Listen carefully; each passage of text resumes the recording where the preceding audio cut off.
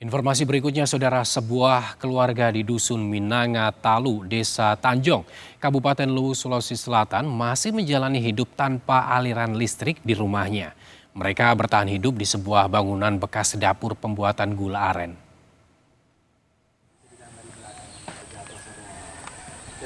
Bangunan berukuran 3 x 4 meter ini sebenarnya bukan dibangun untuk rumah tinggal.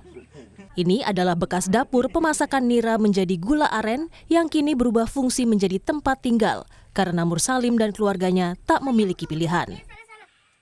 Lantainya retak, hanya dialasi perlak, dinding papan sudah mulai lapuk sementara atap rumbia terlihat rapuh.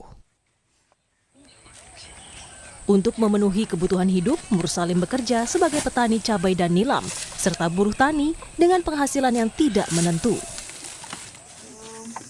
Menjelang malam, Mursalim, pria berusia 45 tahun ini mengandalkan pelita berbahan bakar minyak tanah untuk menerangi rumah sederhana yang ditinggalinya bersama istri dan anak. Minyak tanah dibeli di pasar seharga Rp15.000 per botol kecil. Ini kan tidak ada listrik, apa yang dipakai, Pak? Ya, cuman lampu, pelita, dan aki itu.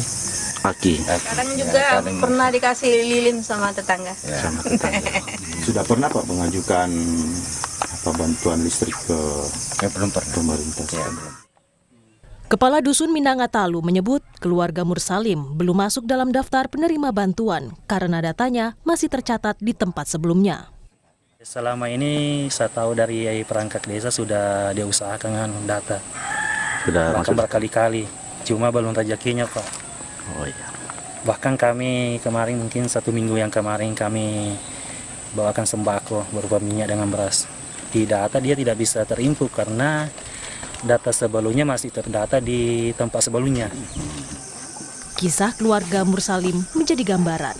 Masih ada warga yang hidup dalam keterbatasan tanpa akses listrik, rumah layak huni, dan jaminan kesehatan. Amran Amir, Kompas TV Luwu, Sulawesi Selatan.